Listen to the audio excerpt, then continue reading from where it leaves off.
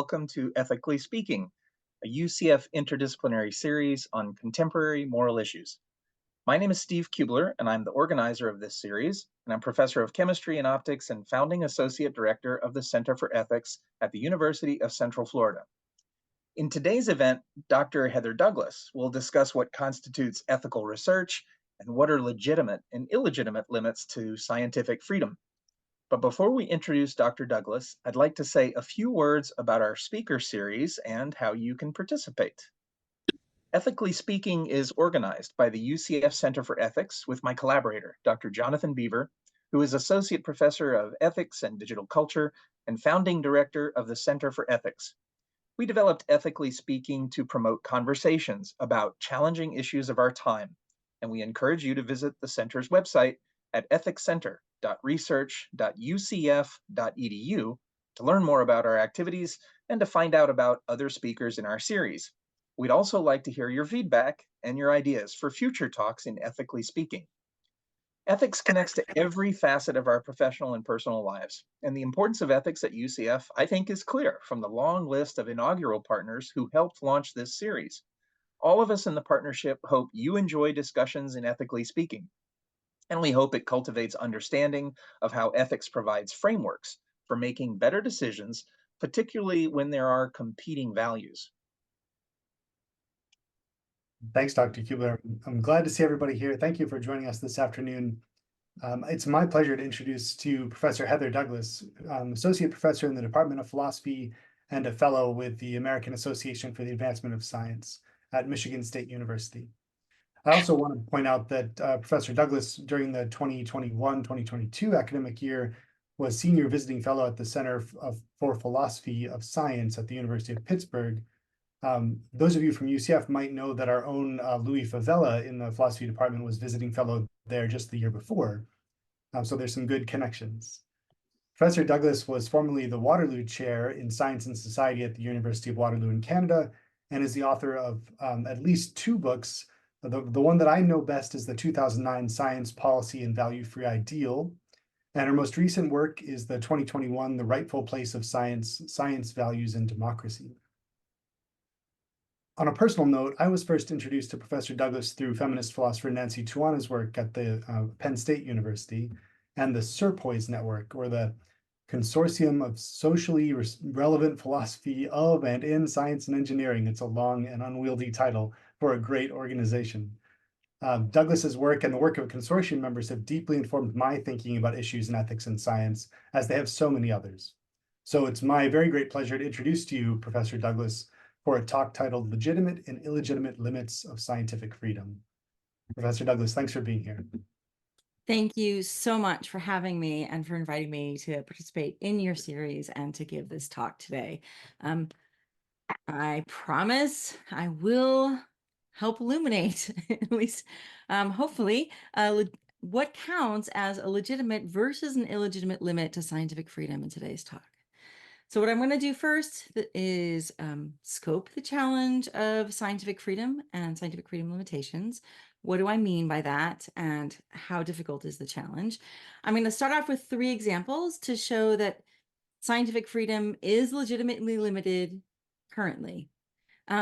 But delineating what exactly counts as legitimate and illegitimate restriction of scientific activity requires more theory than is currently on the table. I'm going to provide some theory that I think can do this, and then I'm going to apply that view in practice with 3 more examples.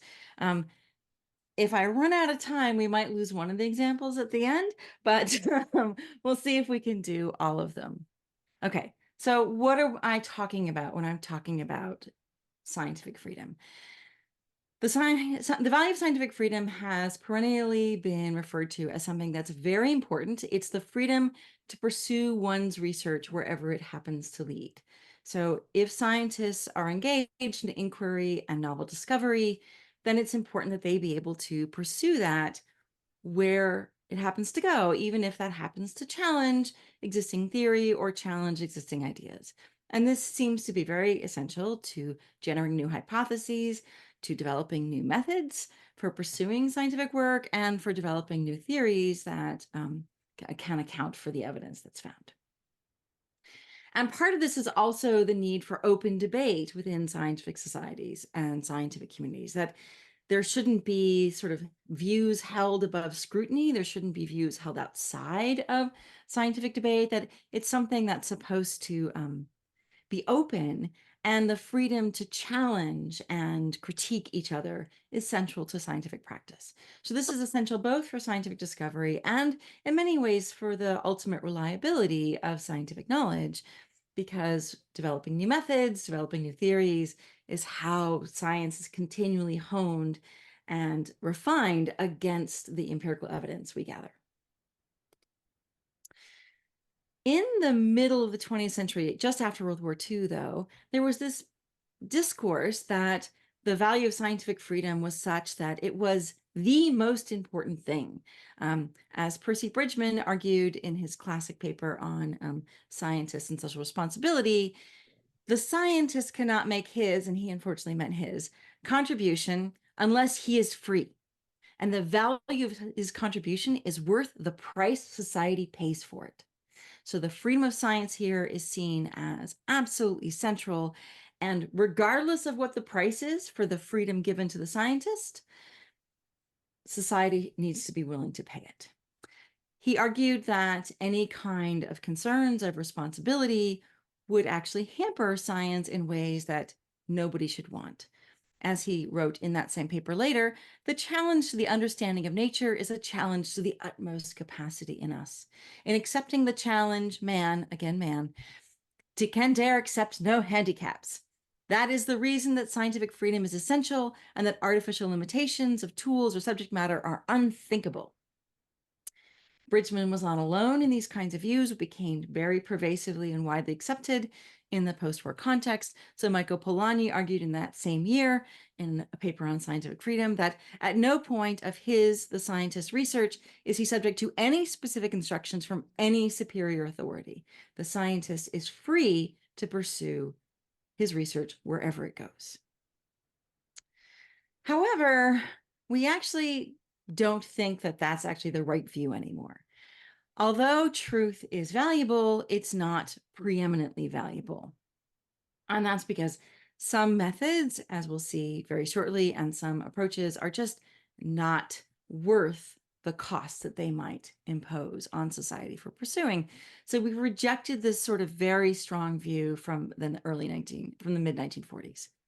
As Philip Kitcher has recently argued further, not every truth is actually valuable. There are lots of things, lots of truths we could produce, but science should really only pursue significant truths, as Kitcher argued over 20 years ago.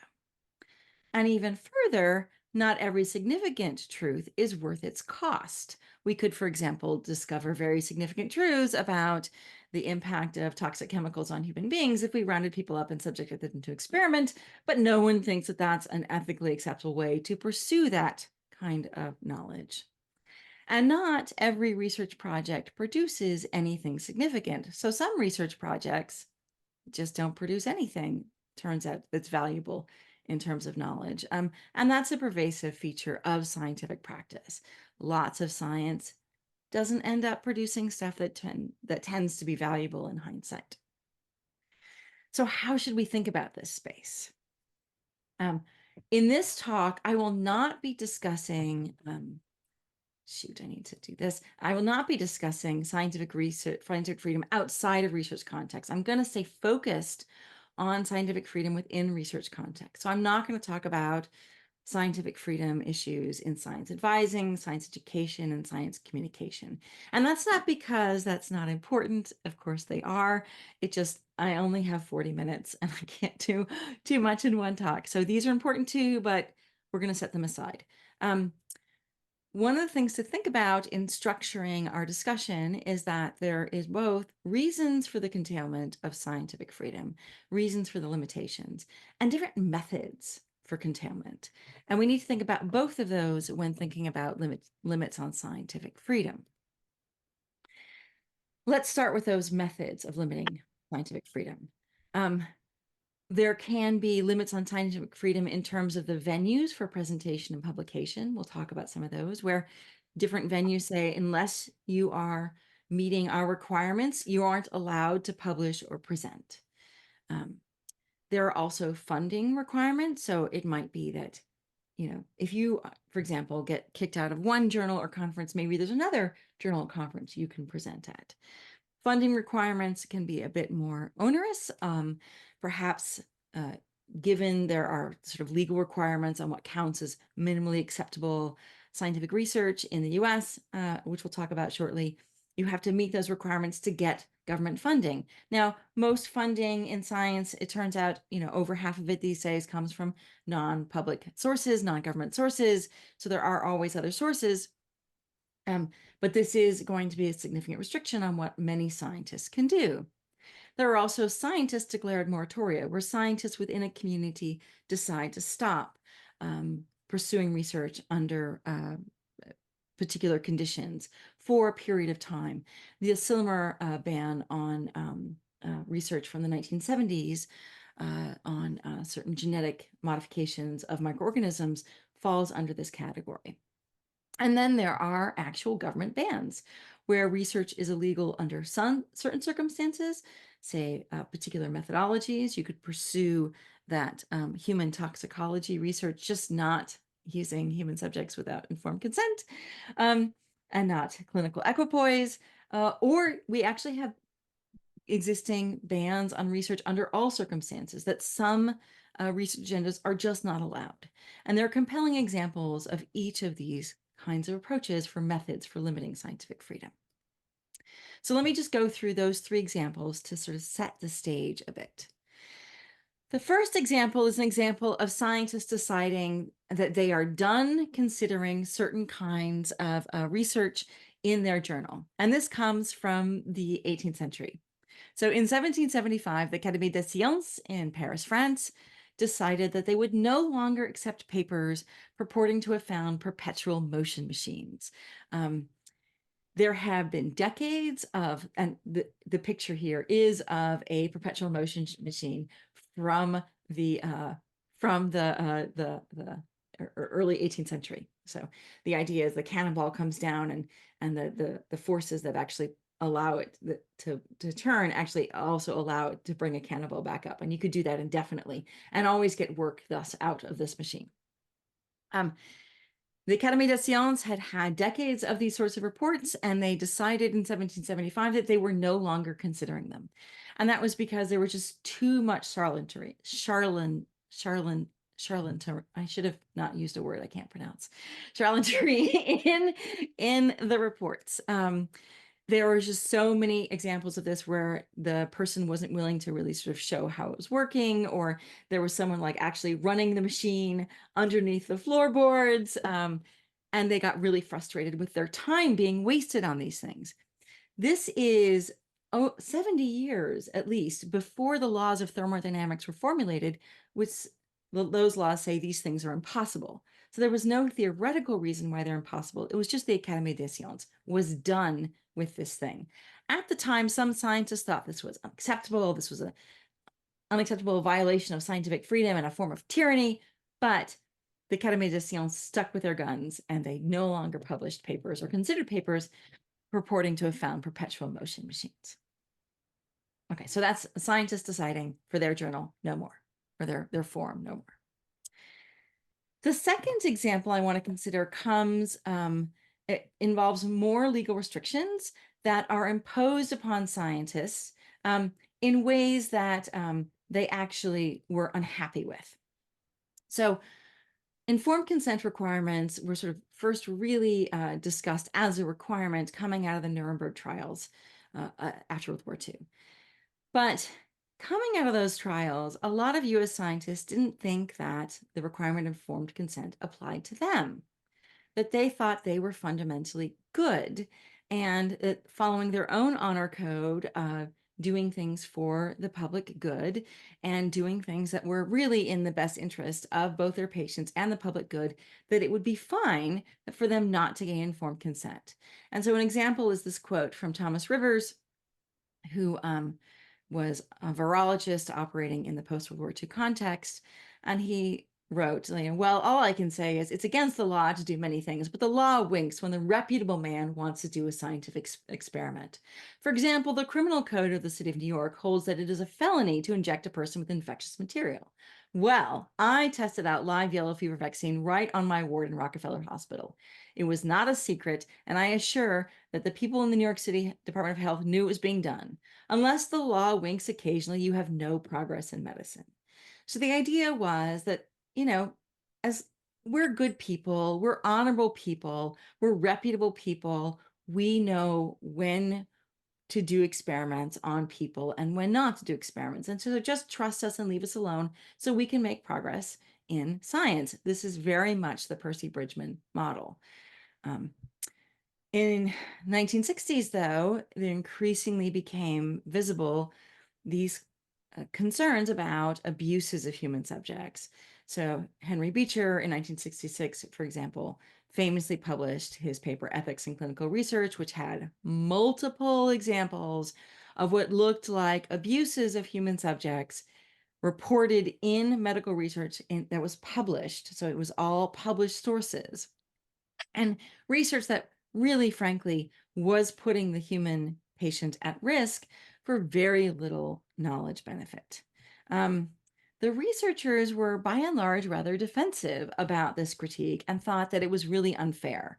So, for example, Jeffrey Edsall, who was at the Massachusetts Department of Health, wrote back to Beecher arguing that, Beecher was really being too demanding in requiring informed consent, that the ethical barriers set too high would prevent the trend of progress that all human beings want, and that the vast majority are willing to contribute to.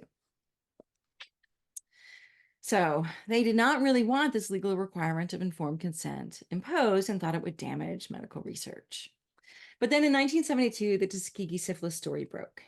This was a study, in case those of you don't know about this, it ran for 40 years with ongoing scientific publications. So it was not a secret study where treatment for syphilis was deceptively withheld for 400 Black men in Alabama. And they were allowed to die of the disease despite the fact that there were effective treatments, even in 1932, and definitely by 1940s when penicillin was then available.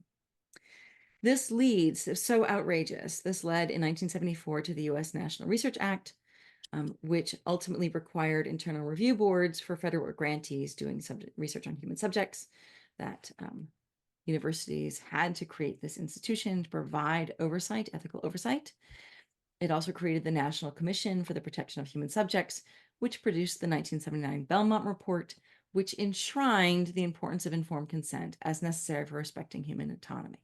This was instantiated in human research regulatory practice by the 1991 US Common Rule that informed consent would be required for all research funded by any US agency.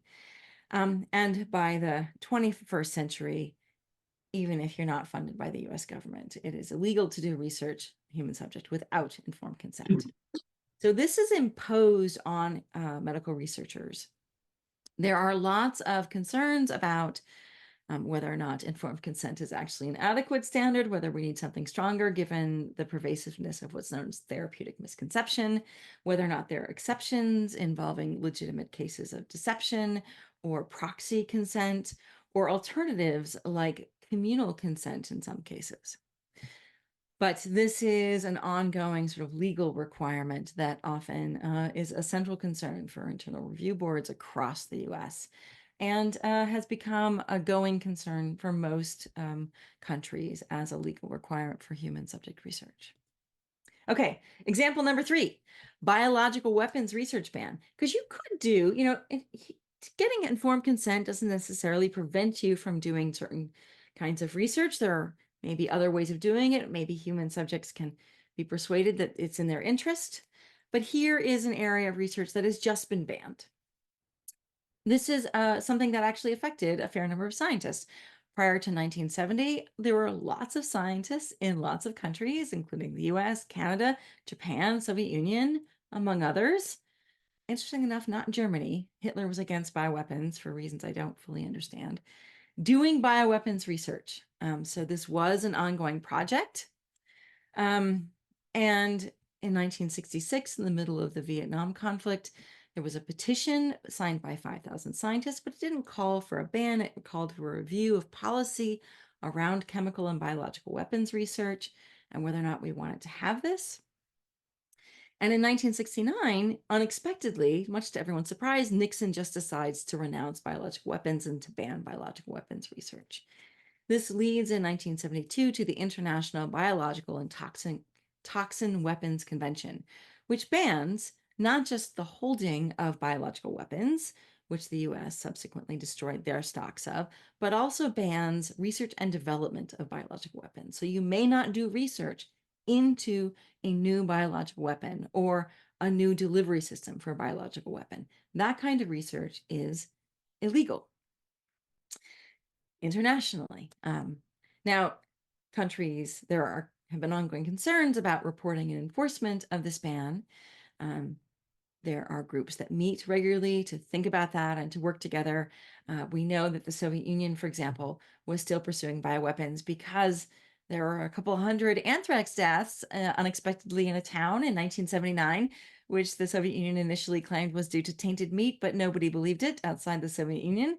And they admitted later was actually unfortunate release from their bioweapons lab that actually killed several hundred people from anthrax. Okay, so these are the three examples.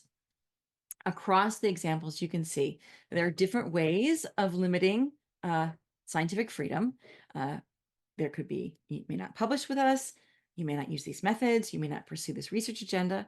There are different reasons for limiting scientific freedom. The Académie des Sciences is a classic epistemic reason. We're just done with this. This is wasting our time. We could be doing other things.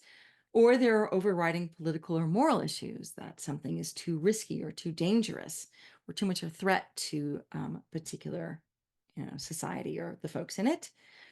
Also note that scientists' consent is not required for legitimate restrictions.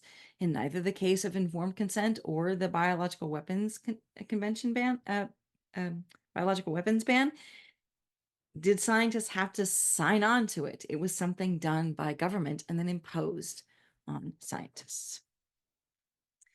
Okay, so this raises a question. When is it okay to restrict scientists' freedom, especially when scientists don't agree necessarily, even broadly, to some kinds of restrictions? I've been working on this issue, trying to think about these kinds of questions. I put it against the backdrop of when is science politicized? So last year, I published a paper on differentiating scientific inquiry and politics, where I argued that there were certain norms that were distinctive for scientific practice. And if we actually took norms that were acceptable in broadly democratic politics and imposed them or brought them into the scientific inquiry, we could end up politicizing science. Now, notice what I mean by politicize here is an illegitimate use of political power on science. Now, not everyone uses politicize in that way. So Mark Brown, for example, considers any sort of influence of politics anytime science and the political intersect as a politicization. But I want to restrict politicization to anytime it's an illegitimate use of political power. That sort of helps me conceptually. And it does sort of capture the negative connotations of the term politicize, which seems to suggest something improper is happening. All right. So what are those four distinctive norms that I talk about in this paper? There are four norms. One is the norm of clear and public restraints, which is the one that we're going to focus on today. The second is the norm of criticism and response that scientists need to, when criticism is raised, someone has to respond to it. The third is the norm of fostering diversity, and the fourth is the norm of open-ended debate. So let's focus in on the one that's relevant to legitimate and illegitimate restrictions on science. If you're going to actually restrain science and say, here's an area of scientific research that should not be pursued, or we should not publish, or we should not fund, here are the things that I think have to be the case for it to meet the norm of clear and public restraints within science. The boundaries, first of all, have to be public. This is both for whether or not we have an adequate debate over acceptability. If we don't have a public debate, there can't be the later requirement of necessary good reasons. But also we need scientists to know that there's a restriction. Otherwise, they'll probably just stumble right past it. It needs to be very clear and very public, and here's the place where you cannot go. That clarity is also important for the precise delineation of where the boundary is. This is so that scientists won't necessarily go past it, but also fuzzy boundaries, as we'll see in our first example after this, our next example, is a clear way in which you can get politicization. If scientists don't know quite where the boundary is, power starts creeping in and they start worrying about, will or will not they be punished for doing something? Oh no, let's avoid it altogether. So people should not worry about whether they are in or out of acceptable boundaries. It should be very clear and very precise.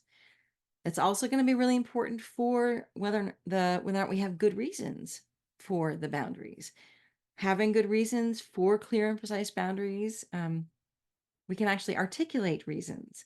We can think about whether or not we want to be moving that boundary forward or backwards if we have good reasons. And reasons, as we'll see in the examples coming up, just like the examples we just had, can be moral, like the informed consent case, epistemic, like the perpetual motion case, political.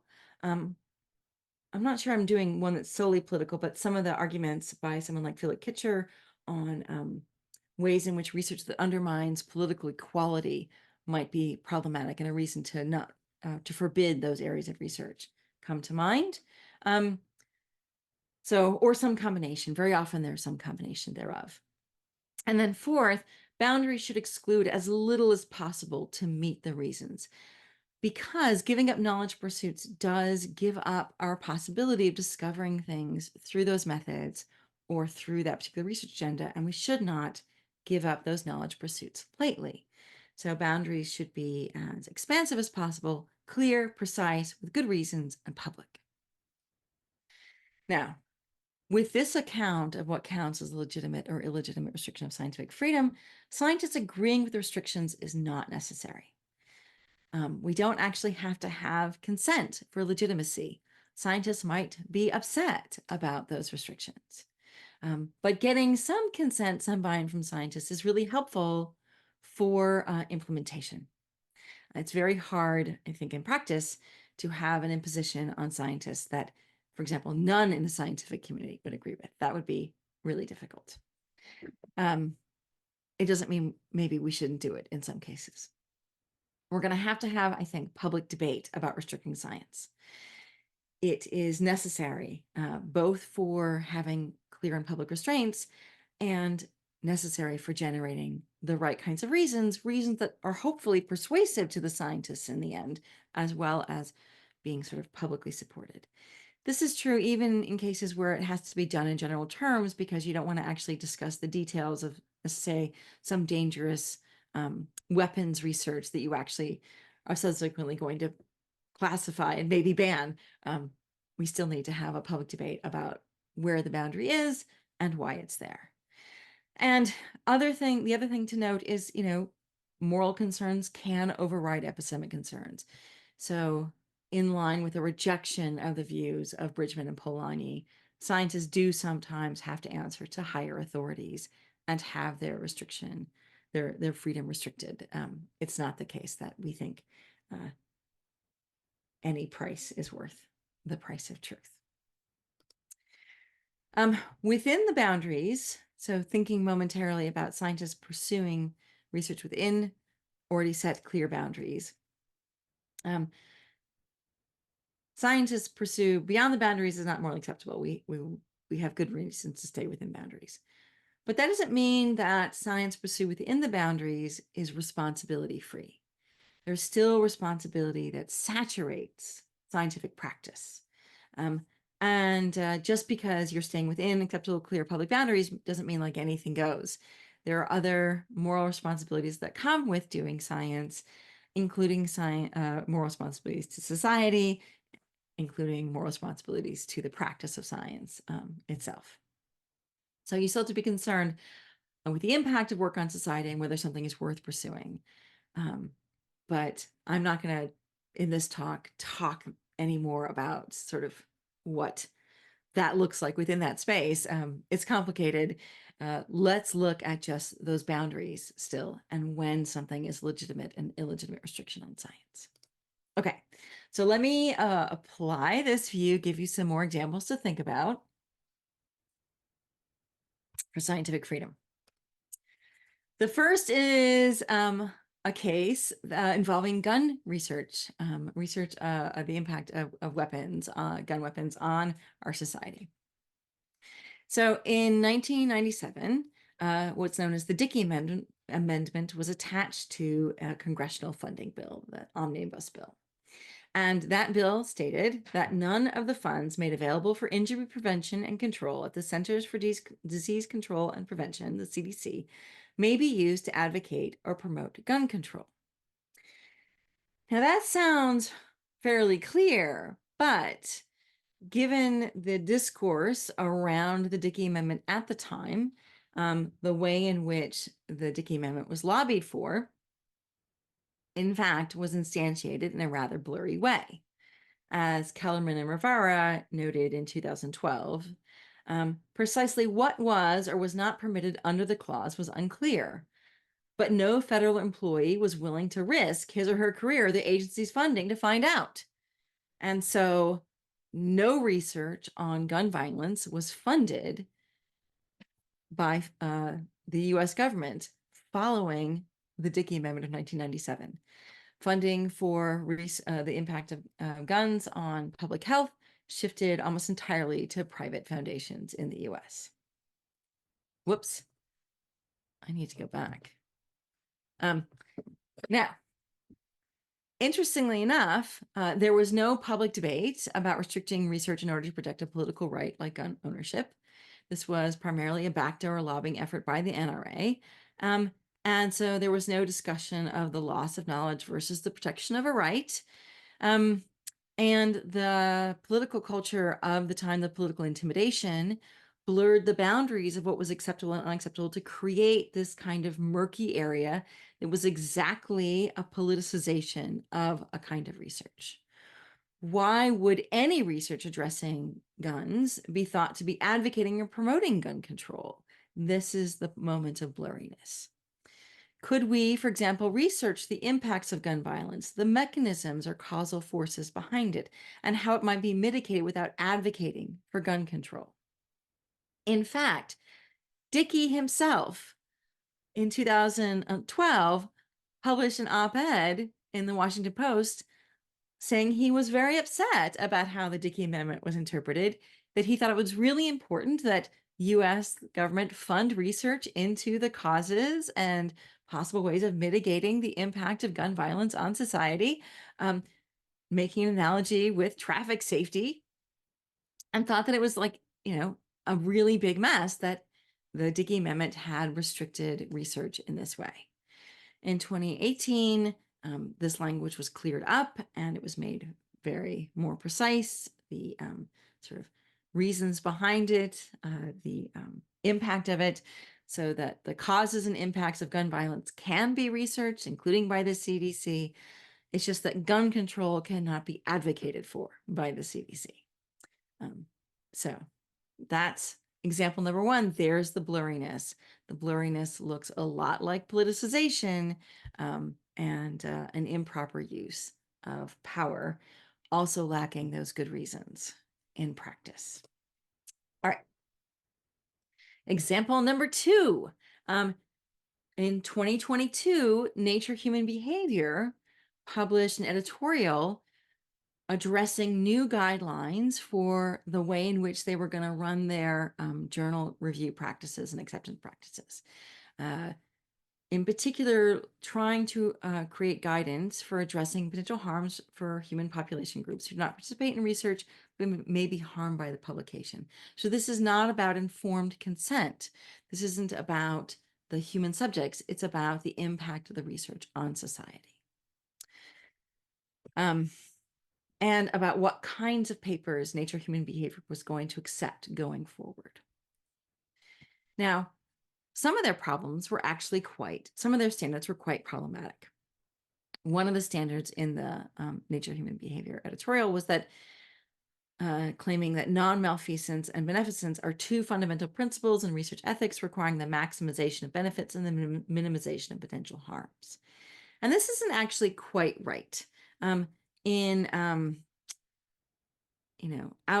not in human subject protection. You need to have clinical equipoise for human subjects. You do want to maximize benefits and minimize harms, but it's not a general principle of research ethics.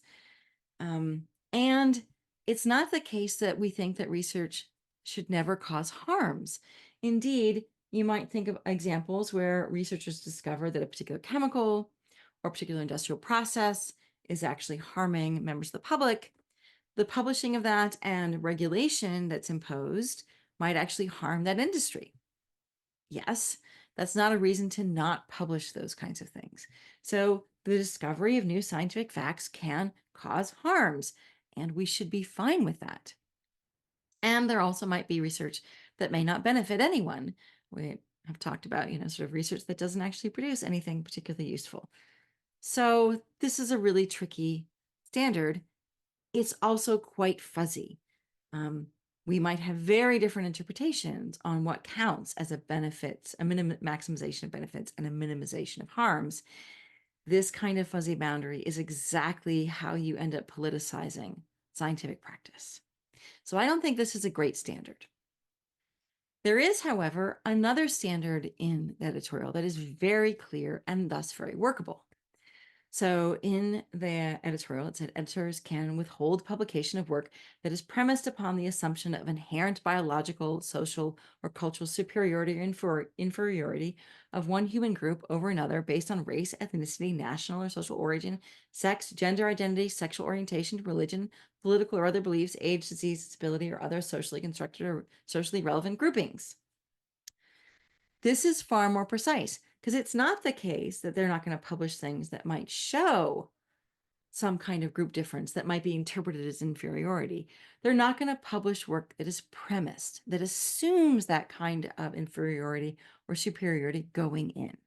And that is a far more workable, precise standard as long as they stick to it. Now, it might actually also be noted that it also has both political, worrying about democratic equality implications, and epistemic reasons. That, the history of the research into these kinds of differences has not gone well historically. It is kind of a little bit like the Académie des Sciences and perpetual motion machines back in the 18th century. Maybe we should just be done with this. So, this looks like, to me, a workable, clear, precise standard with good public reasons going forward. All right, I think we have time for one more example: biosafety and gain of function research. So coming out of this Illinois conference, scientists working with microbes began to put in place a system for biosafety levels. And, biosafety one lab's minimum kinds of practices. You can work with things that are not known to cause disease. If you're going to work with something like Ebola virus or smallpox virus, you better be in a biosafety level 4 lab.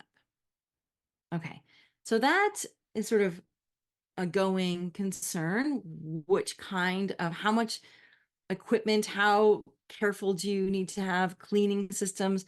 How much negative air pressure do you need to have to work with which kinds of pathogens? But what should we do about research that aims at changing the function of a pathogen? A gain of function research. It aims on altering how the pathogen works in order to study the possibilities of that pathogen. And this is to be said against the backdrop that some pathogens have escaped even biosafety level 4 labs. So even BSL 4 labs have had organisms that they are studying escape the labs because humans make mistakes, because human error is a pervasive background condition. It just takes a slip of a needle through a glove, or someone not quite using the air cleaning system properly or altering how they're changing a filter, and you have a potential escape. The debate about gain of function research is made more prominent and complicated by the fact that a lot of researchers in this space in virology don't really like the gain of function terminology. The gain of function sort of came up after the 2011 H5N1 bird flu research became a prominent issue of debate. There was a moratorium that scientists agreed to on funding this research from 2014 to 2017. And in 2017, the Department of Human HSS put in place their potential pandemic pathogen care and oversight guide, the P3CO guide, to guide the future funding of this research. And this sort of shifted the discussion from gain of function to potential pandemic pathogens, and in particular, enhanced potential pandemic pathogens, which of course has been sort of exacerbated by our recent experience with COVID. I'm not going to try to address today what the source of COVID is, whether it is a lab escape or naturally occurring. I don't know. But still, we have to decide how to regulate these things going forward. And in 2023, the National Safety Advisory Board on Biosecurity issued a report calling for reconsideration of this framework, and the Office of Science and Technology Policy called for comment in the fall. We're awaiting their further decisions on these kinds of things. So what would be a good legitimate restriction here? Okay. Well, which pathogens are we talking about? Which kinds of enhancements? We have to deliberate over that. Is a BSL-4 even high enough for labs doing this kind of work?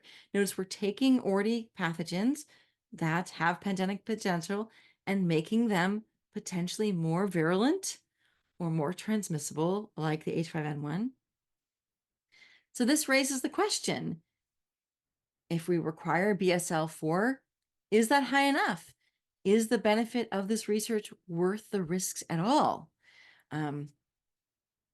There's this paper by Michael Imperial, Don Howard, and Arturo Casadeville. I'm going to mispronounce his name. I'm sorry, Arturo.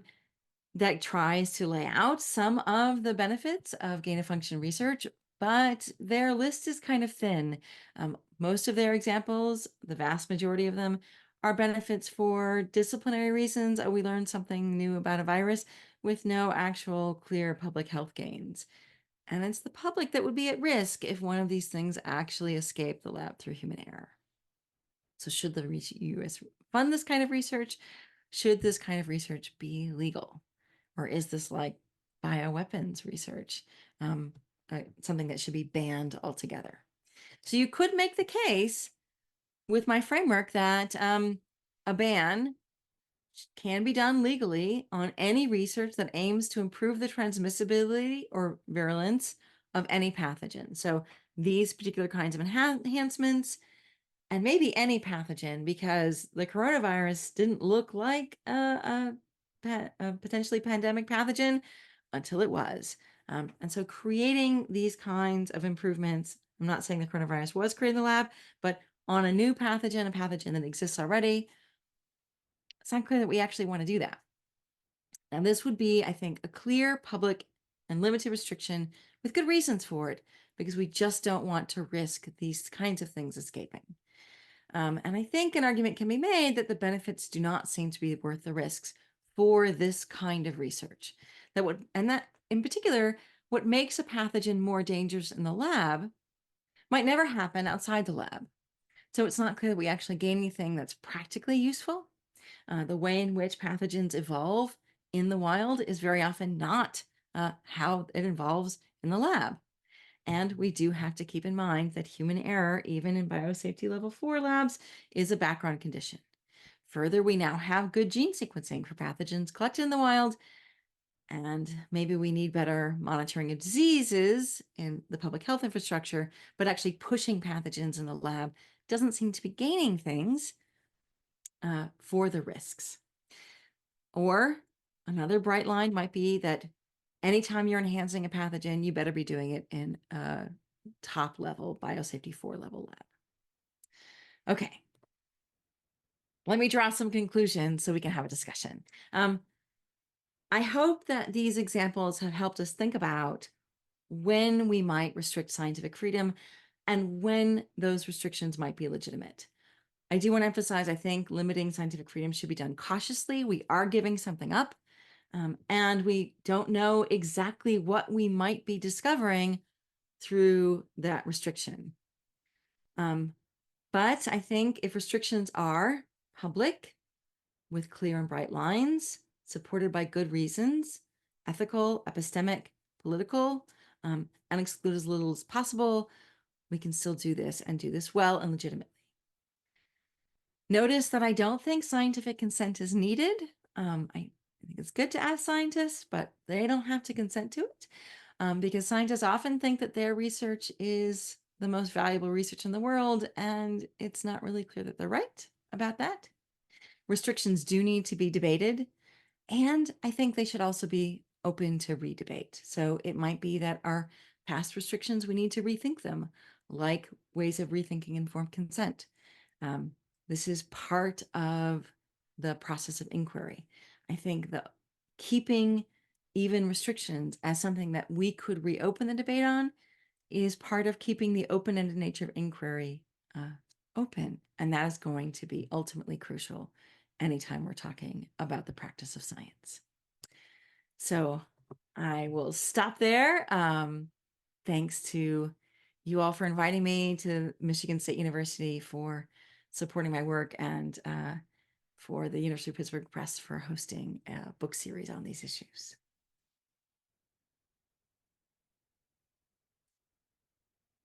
Oh, did I go over? I went over, I'm sorry. No, that's fantastic. No worries at all.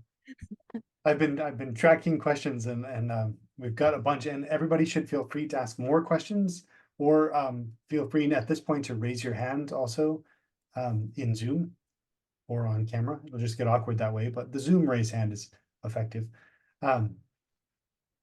Thanks, Professor Douglas. We've got at least, I've kind of clumped them into two broad categories of questions for you that have come up. One is kind of obviously on the nature of restrictions. So we've got a series of questions there, and then a series of questions on tensions among concepts on the sort of more philosophy side, I think. So we'll start with the restrictions because that's the most relevant to the talk. And it was really fun to see that a couple of folks had asked questions and then written to me and said, I've got an answer already. So that's encouraging. But the first one comes from David Goldstein. David, if you're still with us, if you want to go ahead and ask your question, feel free. Sure. When do book bans cross the boundary into illegitimate restrictions on scientific inquiry? Okay, so I said I wasn't going to talk about K through 12 education. That's another talk. But okay, like generally, book bans are really problematic, but for very different kinds of reasons than restricting scientific research. I don't know of book bans where, like, you would keep, say, a practicing scientist can't access a book. Like, if you know of a case where something is banned so that nobody can access it, except for maybe like classified research, which, again, we would need a separate discussion of that.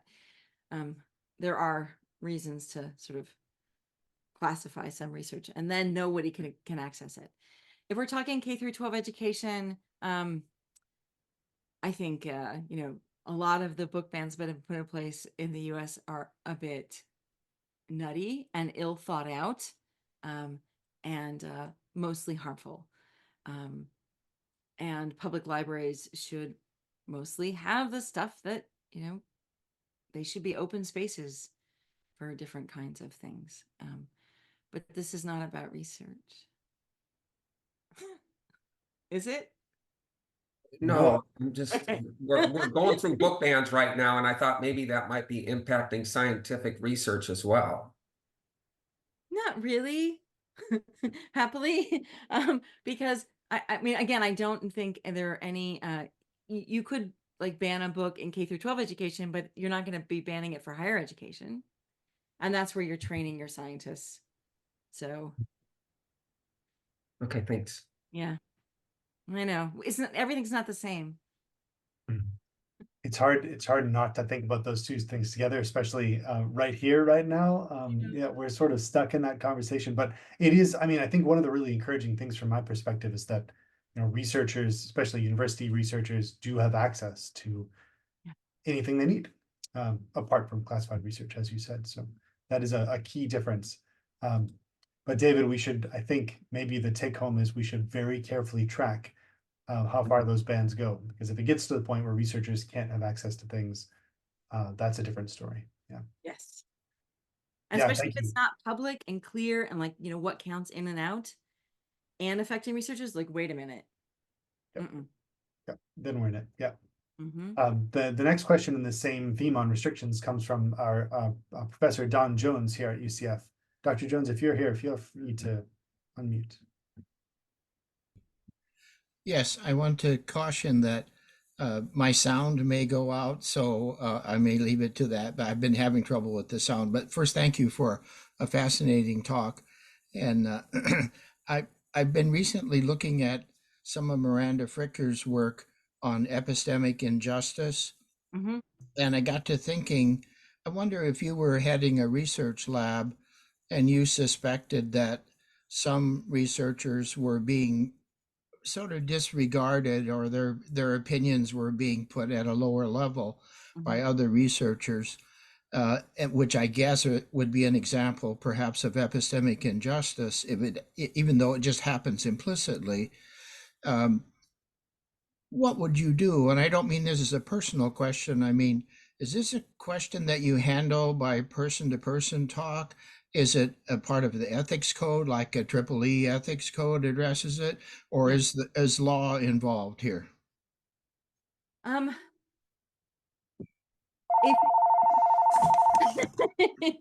If it's workplace discrimination, law might be involved, but really it's an ethical issue, and it's an ethical issue that is really important for scientists to attend to, because one of the things that Merton emphasized in his Ethos of Science from 1942, in the Ethos of Universalism, and folks who are looking at the way in which scientific communities actually function, like Helen Longino and Miriam Solomon, is it's really important that for the epistemic goods of science, that voices get heard, that criticisms get heard.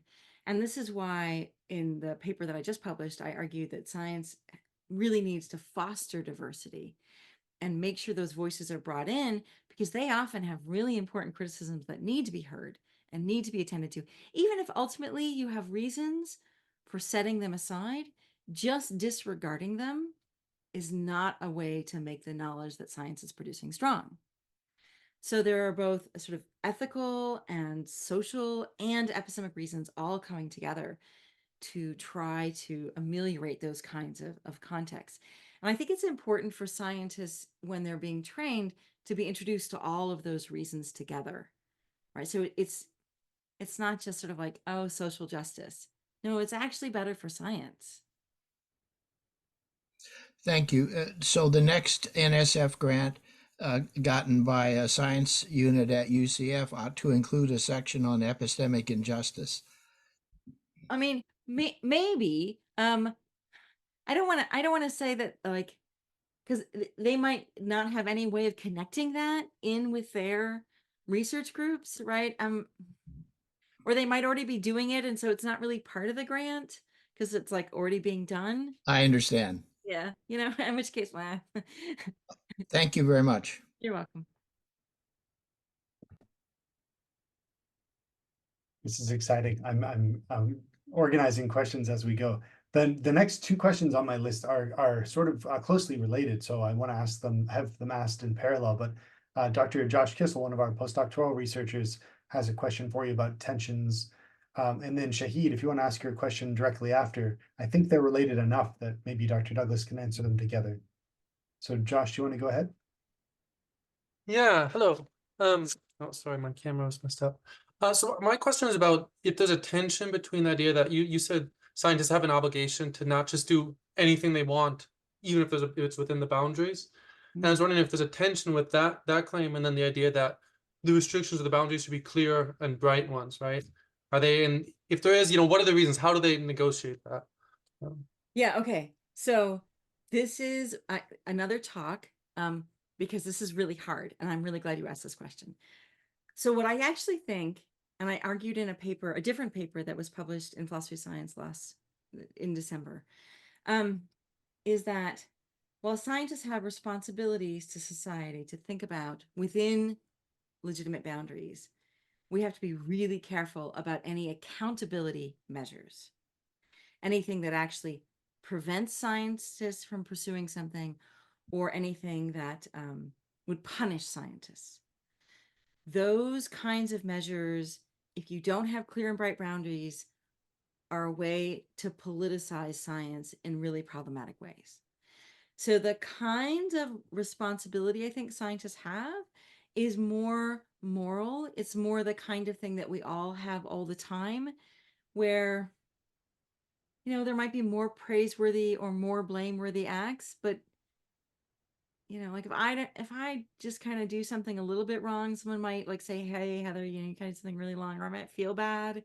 But no one's gonna be like, "And you have to be punished in this sort of way." That those boundaries, when we limit scientific freedom, we're involving accountability measures. You build a bioweapon, I think you can go to jail. And I think that would be the right thing to happen. Or you deceive human subjects into you go to jail, right? It's not like, oh, you did something that wasn't great.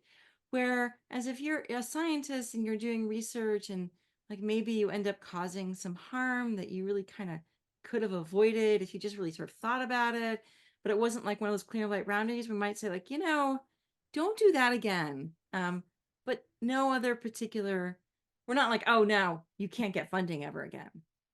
So there's a different kind of sensibility about those responsibilities than about the kind of things we want to hold scientists accountable with.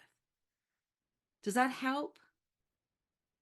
Yeah, that definitely helps. I think it makes sense of the negative aspect. I was wondering if there's like maybe like positive obligations I have, right, as a scientist. Maybe it seems like this is the reason that's warranting the boundary, and I know better than the legislators. So do I have like more than an obligation to just not do the research? And yeah, but there's another question. So I mean, like, so I think the moral responsibilities, and these are the fuzzy ones. I think scientists have a moral responsibility to not make the world worse. But that's, like that's the floor. And then ideally you're trying to make the world better. But notice how fuzzy these are. Like there's no way we should build accountability structures around that kind of thing. We should assist scientists. We should build what I called ethical assistive mechanisms in this paper, ways to help scientists think things through to make the research more likely to make the world better, but not like punishing scientists.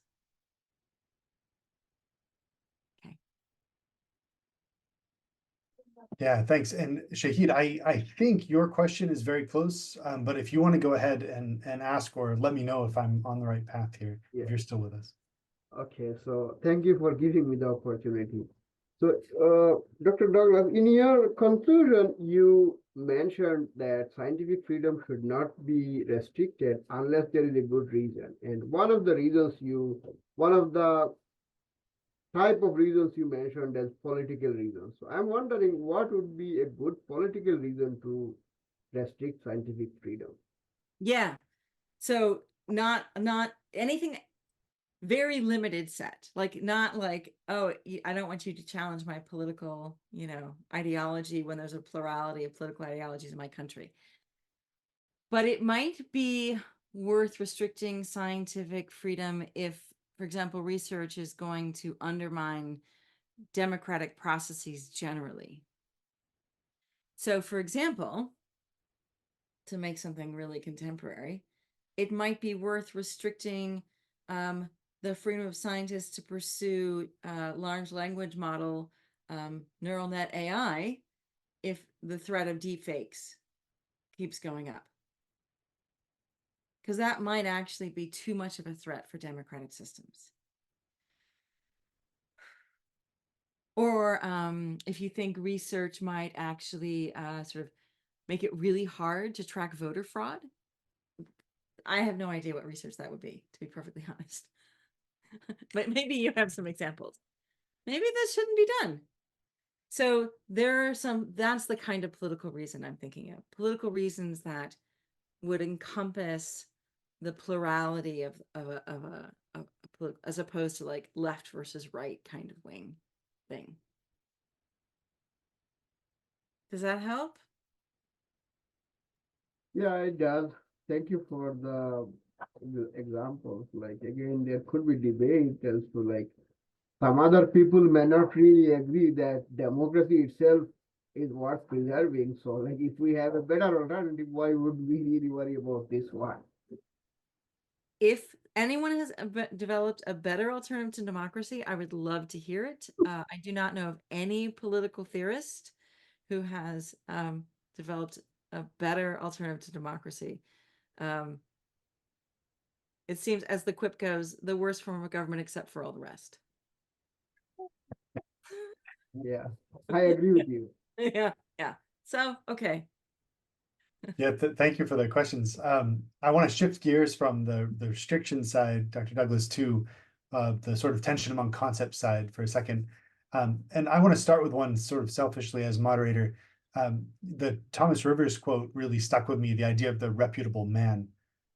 It stuck with me because it resonates with the idea of the reasonable person in law, or the idea of normal functioning in philosophy of medicine. There's this idea that there's some sort of neutral, average, mean sort of moderator that we can use against which to bear judgment. And I wondered if you could comment on that, especially in what I see as sort of the contemporary area of difference. Like, what do we do with the idea of the reputable scientist? I think, oh boy. I mean, the way in which that story goes is we rejected that as the right moral standard. And we decided to impose restraints, right? And we proposed restraints not just for human subject research, but also for animal subject research, right? Like the IACUCs were put in place, and animal restrictions, standards of care for animals were put in place. And for good reason. So I think actually one of the things that's really difficult for scientists, Jonathan, this might not answer your question, but I want to say it anyway. For scientists is thinking about every scientist that I know of really believes in their own research and really believes in the value of their research. And sometimes they can believe that to the detriment of their good judgment, that it takes on an overriding value. I mean, I think that's what Percy Bridgman was talking about and Paul Lang was talking about.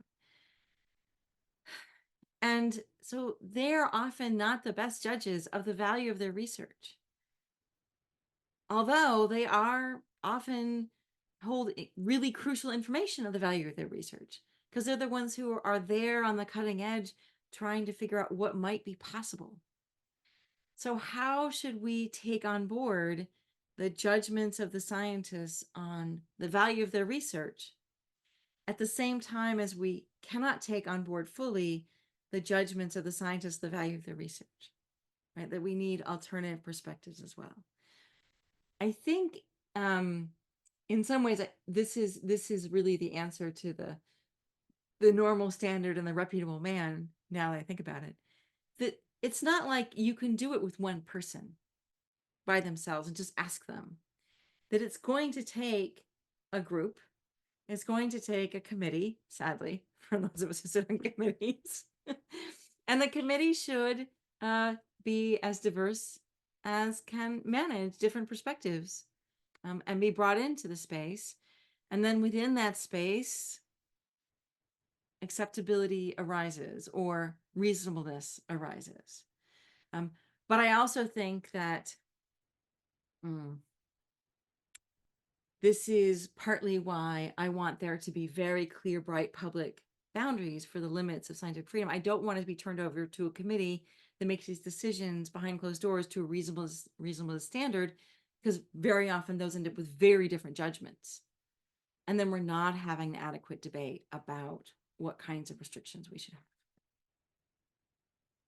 Yeah, thank you. I find that so helpful. I think what motivated the question for me is that I'm hung up maybe in my role at the university trying to motivate the idea of individual responsibility. Like, what does it mean for the researcher to, stand up and do right? And I think the thing that Dr. Kubler and I in the Center for Ethics have come around to is that it's not just an individual responsibility question, it's this big systemic thing. So the idea of the reputable scientist as one who's richly embedded in a diverse community of inquiry is very much the sort of pragmatic relational answer that makes sense to me. So yeah, awesome. Thank you so much.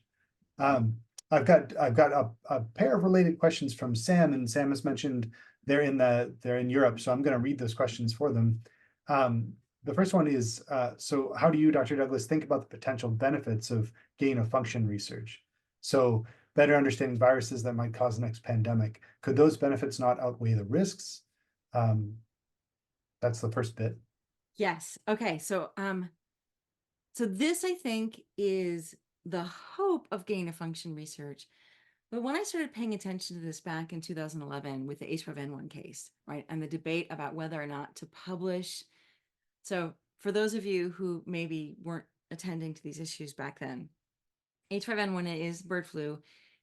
It is possible for humans to get bird flu. When they do, the lethality rate, the mortality rate is very high. It's like 30 to 50% of people who come down with bird flu die. So the question among researchers in 2009, 2010 was, well, okay, this looks really dangerous. Obviously, the mortality rate's high. How transmissible could it be? Like right now, human beings don't give it to other human beings. It only happens when a human being comes in contact with a bird, or lots of birds who have this, and then they end up having to come down with it, and they don't give it to other human beings. Thank goodness. Like this is, if this becomes transmissible, it is a much worse scenario than COVID, right? It's like, imagine a 10 times order of magnitude higher lethality rate. Ugh, nightmare. So some researchers gave it to ferrets because ferrets sneeze.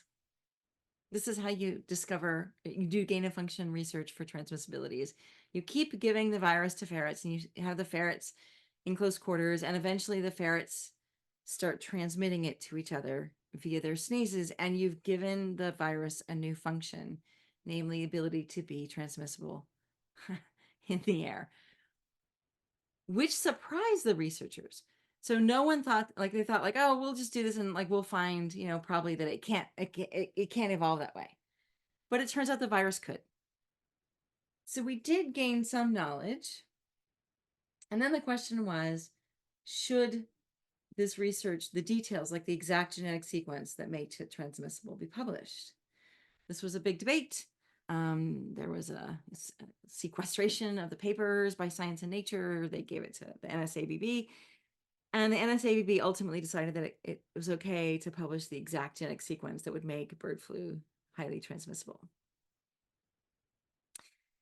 And the ground was not sort of generic views of scientific freedom, but the idea that knowing the exact sequence that we should be monitoring bird flu populations for increased transmissibility is actually helpful.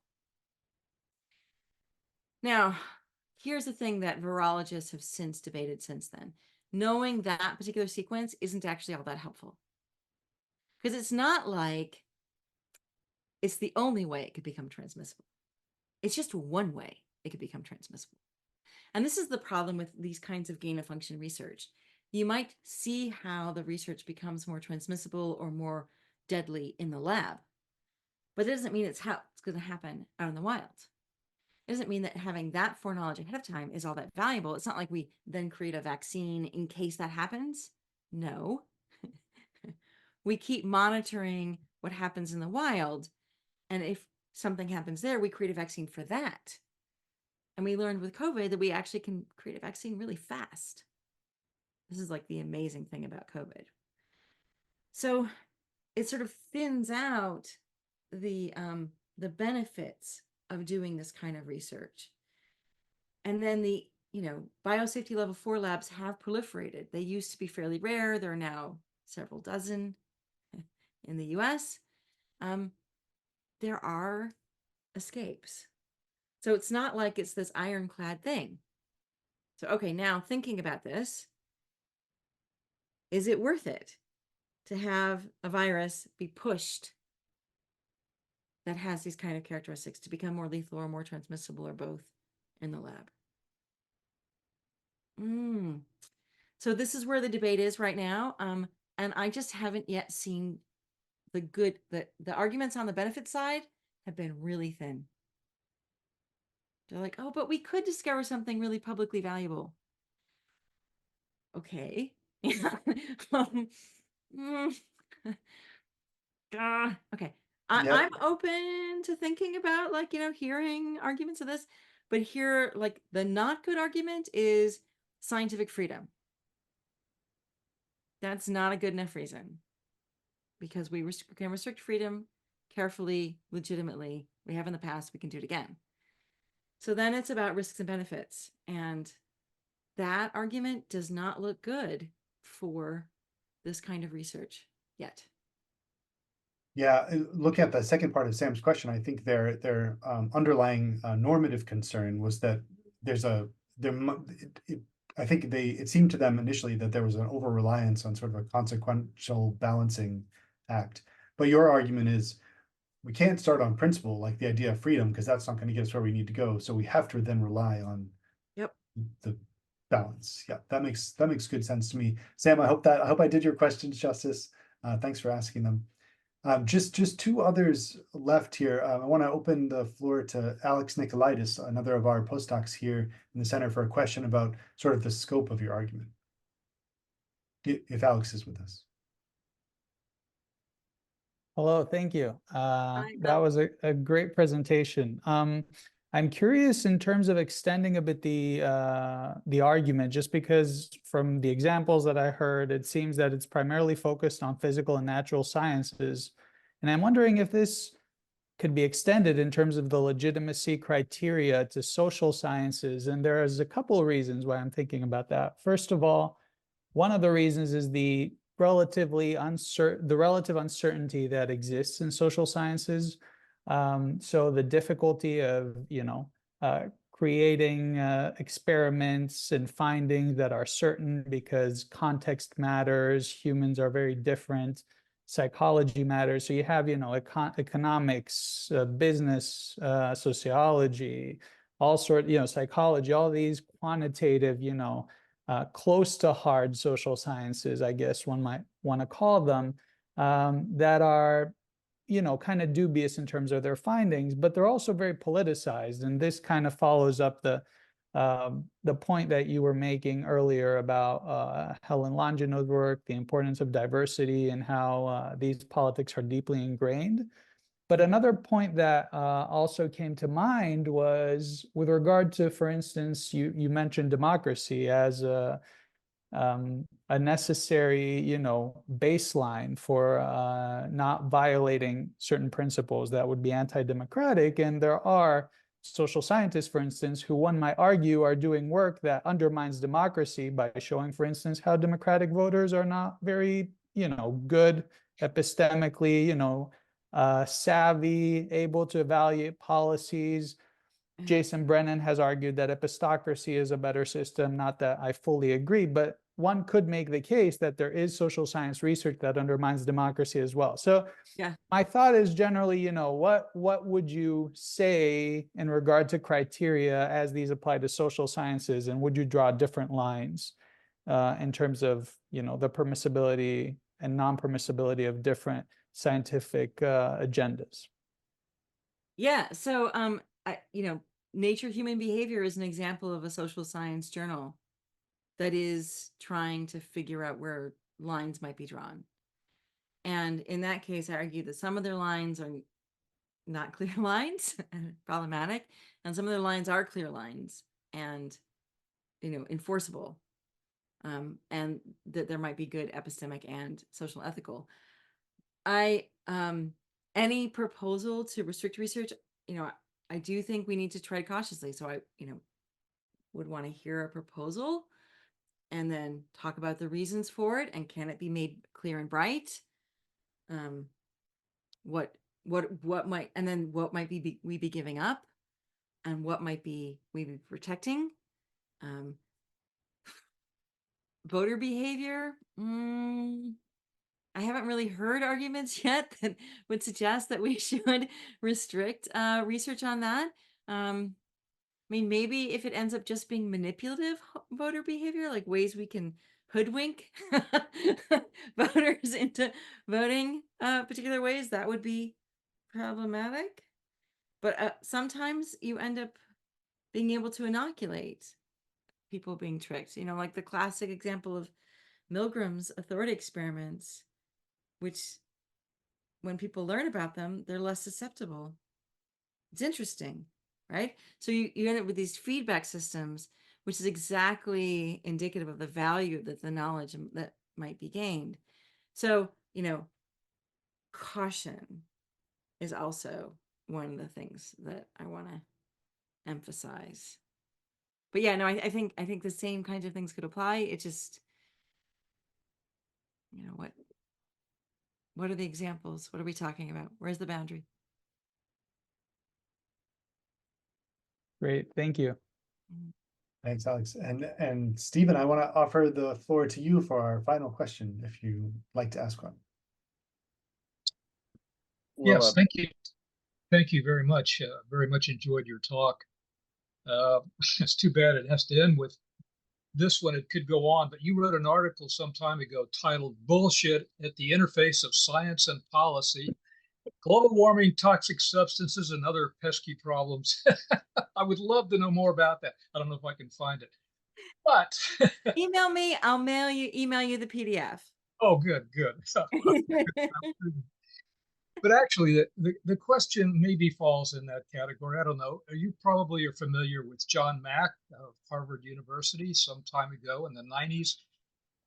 He was investigating people that had strange encounters. Hold on. My phone is ringing, but I'll stop it.